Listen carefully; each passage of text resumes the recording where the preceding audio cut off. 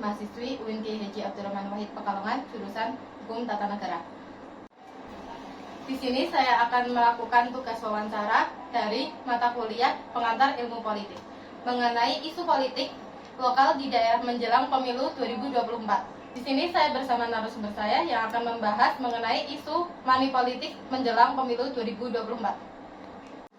Sebelum masuk ke pembahasan, saya perkenalkan terlebih dahulu narasumber saya bernama Faidatus Salamah, MPD.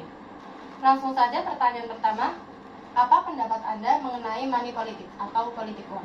Oke, untuk money politik sendiri itu menurut saya itu tidak dibenarkan karena sejatinya itu kan politik pemilihan umum itu kan harus seluas-luasnya dan sebebas-bebasnya. Jadi ketika money politik itu dilakukan itu akan cenderung akan mengakibatkan tidak sesuai dengan koridor apa yang sudah ditetapkan. Nah, jadi ketika money politik itu terjadi, jadi itu pemilu itu menurut saya itu termasuk cacat, bukan tidak sah, tetapi termasuk dari cacat.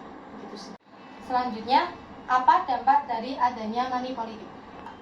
Dampak adanya money politik sendiri itu pertama itu akan menjadikan suatu estafet kepemimpinan itu yang tidak sempurna, yang seharusnya kepemimpinan itu dipegang oleh A, tetapi karena yang B itu memberikan money yang lebih banyak, jadinya si A itu akan menjadi tersisihkan, padahal yang si A itu lebih bagus dari yang si B. Nah, itu yang akan menjadikan estafet kepemimpinan itu menjadi tidak sempurna. Yang kedua, akan adanya demokrasi yang akan terus-menerus, demokrasi yang korup ya. Demokrasi yang korup itu termasuk itu demokrasi yang tidak dijalankan dengan sesuai apa yang sudah dicantumkan di dalam sila-sila Pancasila tersebut. Baik, untuk pertanyaan selanjutnya, apakah dengan adanya money politik dapat menjadi faktor terjadinya korupsi di kalangan pejabat negara? Seperti yang tadi saya sampaikan ya, apakah money politik itu akan menjadikan bangsa yang korup? Ya, sangat akan menjadikan bangsa yang korup ya, karena dari rakyatnya aja sudah dididik adanya money politik, dididik wah kayak gini mendapatkan uang, berarti kan itu termasuk pendidikan pemerintah yang tidak baik. Nah, yang akan menjadikan terus-menerus ke dalam anak-anak pada remaja-remaja pada zaman sekarang, sehingga apapun yang akan dilakukan ketika untuk mendapatkan sesuatu ya akan menjadikan memudahkan apa yang akan dilakukan itu bagaimana dengan caranya, harus bagaimana dengan uang begitu. Jadi menghalalkan segala cara, sehingga ketika bangsa itu akan dibentuk dengan baik itu mungkin sangatlah bukan tidak bisa ya, tapi sangat susah untuk membangun warga negara yang taat dengan aturan di dalam negara tersebut gitu. Kita lanjut lagi, pertanyaan keempat yaitu apakah bisa money politik dihentikan? Oke, apakah money politik itu bisa dihentikan? Itu bisa saja, tergantung dari atasannya. Kalau misal atasannya itu tidak menggunakan money politik sesuai dengan apa yang sudah diperintahkan, sesuai dengan Pancasila UUD, ya otomatis money politik itu bisa dihentikan. Tetapi ketika setiap ada pemilu, pasti hal money politik itu sudah diwajarkan ya.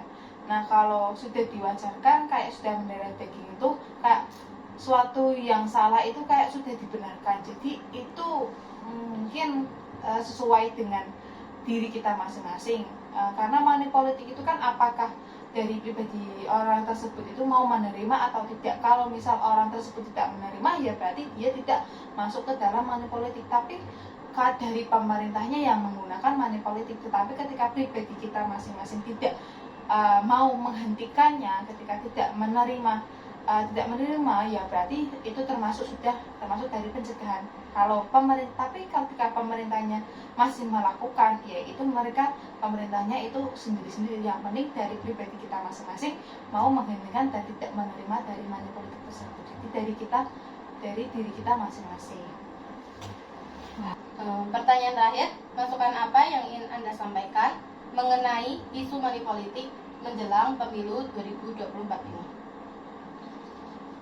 Oke, untuk masukan adanya isu money politik ini tersebut lebih baik ketika adanya ini kan udah masuk pemilu 2024, adanya aktualisasi atau pembelajaran tentang pemilu di setiap daerah itu, bahwa money politik itu termasuk dari pembutuhan rakyat, sehingga ketika pembutuhan rakyat itu sudah